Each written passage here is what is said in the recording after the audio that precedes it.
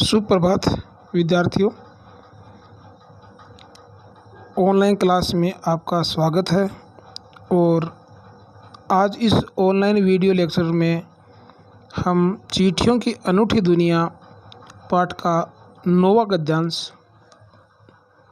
पढ़ेंगे और उसकी व्याख्या करेंगे तथा उसके जो प्रश्नोत्तर हैं वो भी आपको अटैचमेंट में दिए हुए होंगे, तो उनको अपने अभ्यास पुस्तिका में अच्छे से लिखना है और याद करना है। तो चलो शुरू करते हैं। गद्यांश 9। महात्मा गांधी ही नहीं, आंदोलन के तमाम नायकों के पत्र गांव-गांव में मिल जाते हैं। पत्र भेजने वाले लोग उन पत्रों को किसी प्रशस्ति पत्र से कम नहीं मानते हैं और कई लोगों ने तो उन पत्रों को फ्रेम करा कर रख लिया है। ये है पत्रों का जादू। यही नहीं, पत्रों के आधार पर ही कई भाषाओं में जाने कितनी किताबें लिखी जा चुकी हैं। वास्तव में पत्र किसी दस्तावेज से कम नहीं है। पंत के 200 पत्र बच्चन के नाम और निराला के पत्र हमको लिखियो है कहा तथा पत्रों के आईने में दयानंद सरस्वती समेत कई पुस्तकें आपको मिल जाएंगी। कहा जाता है कि प्रेमचंद खास तौर पर नए लेखकों को बहुत प्रेरक जवाब देते थे तथा पत्रों के जवाब में वे बहुत मुस्तैद रहते थे। इस प्रकार नेहरू और गांधी के लिखे गए रविंद्रनाथ टैगोर के पत्र भी बहुत प्रेरक हैं।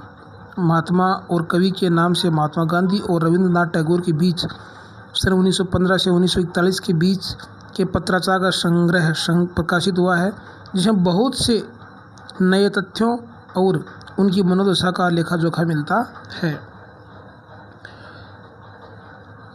तो संदर्भ और प्रसंग देखते हैं कि प्रस्तुत गद्यांश हमारी पाठ्य पुस्तक वसंत में संकलित अरविंद कुमार सिंह के निबंध चिट्ठियों की अनूठी दुनिया से लिया गया है। इस अंश में लेखक ने प्रसिद्ध व्यक्तियों के पत्रों के बारे में बताया है।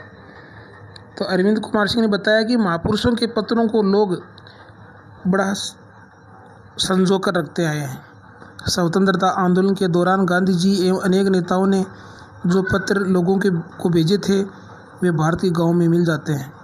जिन लोगों ने इन पत्रों को संग्रहित करके रखा है उनकी दृष्टि में ये महापुरुषों द्वारा लिखे गए पत्र किसी प्रशंसा में लिखे पत्रों से कम नहीं है। इसलिए ऐसे अनेक व्यक्तियों ने उन पत्रों को मढ़वाकर अथवा फ्रेम करवाकर घर में टांग रखा है।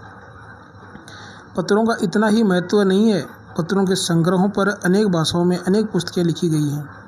पत्र भी उतने ही महत्वपूर्ण माने जाते हैं जितने कि अन्य प्रमाणिक कागजात होते हैं। हिंदी में पत्र साहित्य पर अनेक पुस्तकें लिखी गई हैं। पंत के 200 पत्र बच्चन के नाम, निराला द्वारा लिखित, हमको लिखा है कहा है, पत्रों के आईने में दयानंद सरस्वती आदि ऐसी पुस्तकें हैं। कहा जाता है कि प्रेमचंद जी नए लेखकों को अपने पत्रों में बड़े उत्साह करने वाले उत्तर लिखा करते थे।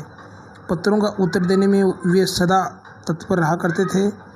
रविंद्रनाथ ठाकुर ने तो जो पत्र गांधी जी और नेहरू जी को लिखे थे वे भी बहुत प्रेरणा देने वाले हैं।